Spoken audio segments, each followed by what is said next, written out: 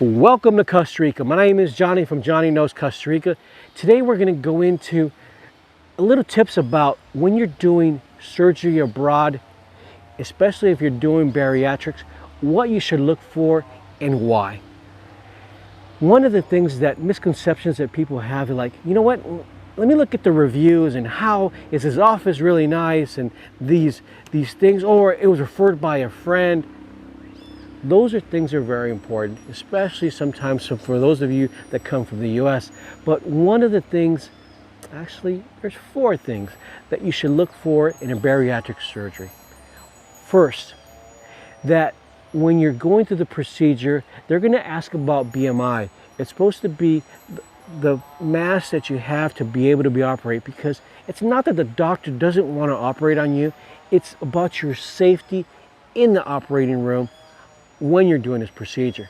The other thing that you're going to look about is a nutritionist doctor. A nutritionist doctor with a bariatric background and understanding. Second, a psychologist, but a psychologist that has a bariatric background, that has bariatric training. And then bariatric specialist, which is the person actually performing the procedure, that he is a specialist in that particular area. And finally, something that people don't know too much is that person that handles your hormones.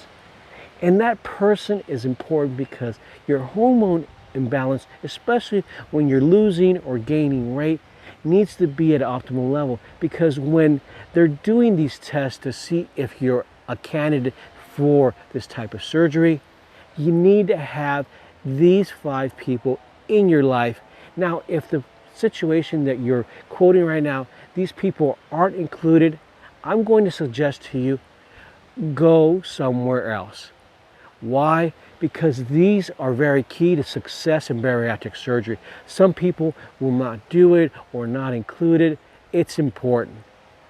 I hope that this information that we talked about right now is helpful for you, and that if you look at bariatric surgery, whether in Costa Rica or Mexico, that you do your homework first and make sure that try to follow these steps.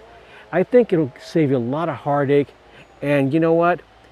Not always want to stay fluffy forever, but if you do it right, I think you'll have some great success. Pura vida, and always be safe.